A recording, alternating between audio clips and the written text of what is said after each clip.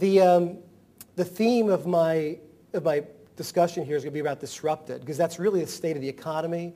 It's the state of a lot of our businesses, and we have to make changes to the way we do things in order to adjust to this disruption, and we'll talk a little bit about that. So the idea is, in the face of these unprecedented changes, the question is,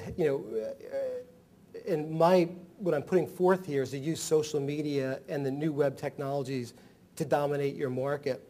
Now, one of the things I talked to Scott about earlier this week is, how many of these people here are going to really be a little bit allergic to technology? Does this feel like you're kind of going to the dentist's office as we talk about technology in your business? And I just want to share a story, because I felt the same way at one point in my career. In the early 90s, I thought I was old enough when I was running a big publishing group that I thought I could actually get away without ever having to use a computer, believe it or not. I didn't want to use a computer. I had my whole publishing group converted to publishing on a computer, but I didn't do it myself. I used to write out my letters on legal pads with double whiteout tape and give it to them. But then I realized that the world was changing too fast, and if I didn't change with it, I would be obsolete in a matter of years. So within about 3 months of learning to use a computer, believe it or not, I ended up at AOL as a general manager, and then rose to senior vice president running interactive marketing. And I've never looked back from there. 7 splits at AOL and a lot of other good things that have happened. Good things have happened because I've learned technology. I look at my counterparts that were with me at that space, my same age, and today these same people are selling for local newspapers or local, little media types of enterprises, making a fraction of what they used to make because they become obsolete. I believe that we're in a time right now where big winners and big losers are going to happen in business. It's a really big moment in time for anybody who has their own business, anybody in the enterprise, and I think getting on the bandwagon with these new technologies is going to be really important, and we'll talk about why in this presentation. So the game is the same. It's acquiring new customers and keeping those customers. But organizations in general find it really hard to keep up with the pace of these changes. Everyone knows the technology is awful, but they don't really, it's hard to keep track of, between technology and new applications of social media, what do you do first? And you guys get emails. I was with Scott earlier this week where he literally within one day got an email about how to use Facebook and a new seminar on that, how to use Twitter and a new seminar on that. How do you put it all together into a strategy? Because that's really what you need as a business owner before you start doing tactics.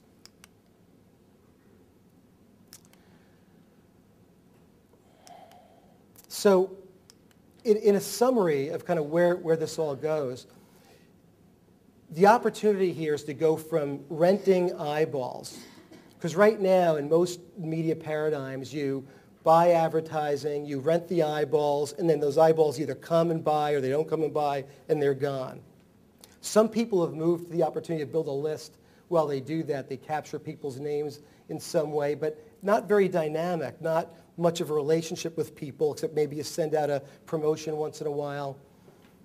The real opportunity now is to build a relationship, and sometimes we call it a platform. I'll be using that word a lot. But the idea of a marketing platform and really becoming an authority in where you do business, in the market niche you do business, so that you get out of a commodity mode with your customer base, and you're going to be the first call someone makes. So we'll talk about specific examples on that.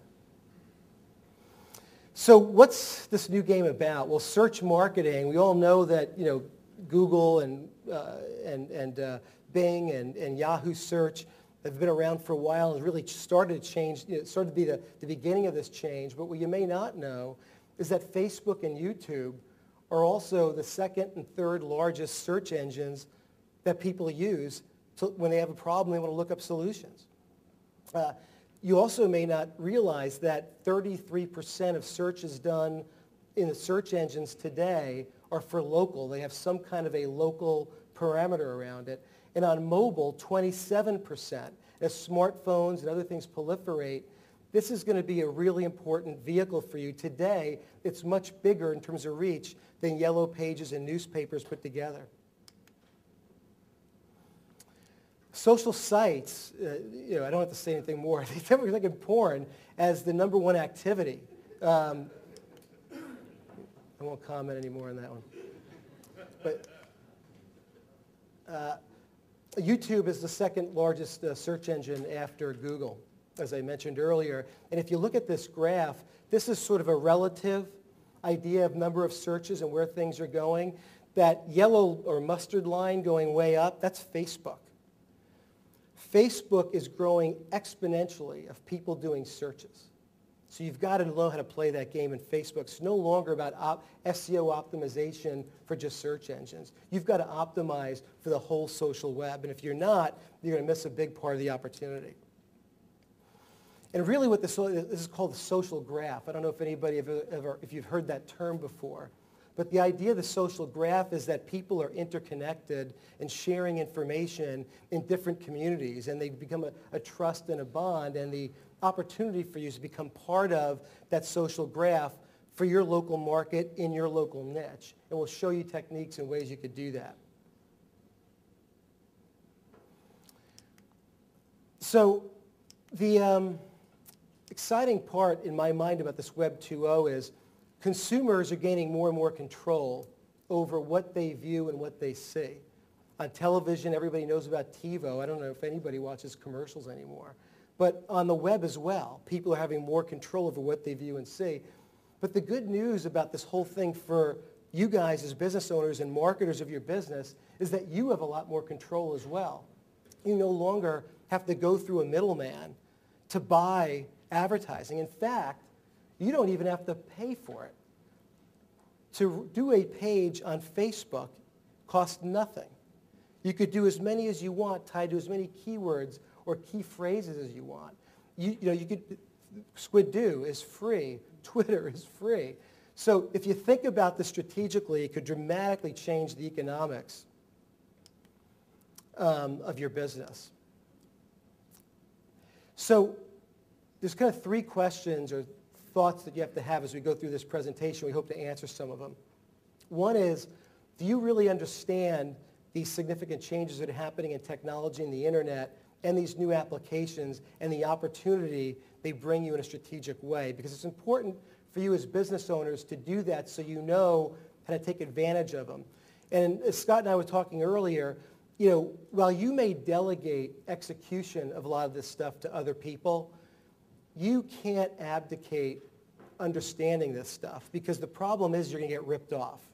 How many of you have hired SEO specialists to come in and spent thousands of dollars a month or $1,000 a month and have no result from it? Part of it's because you just don't understand what the principles of it are, so you don't know whether you should agree what they're doing or not agree what they're doing. As this gets more complex, you have to understand the basic parameters of it. Do you understand the consumer behavior and how that is being affected by different media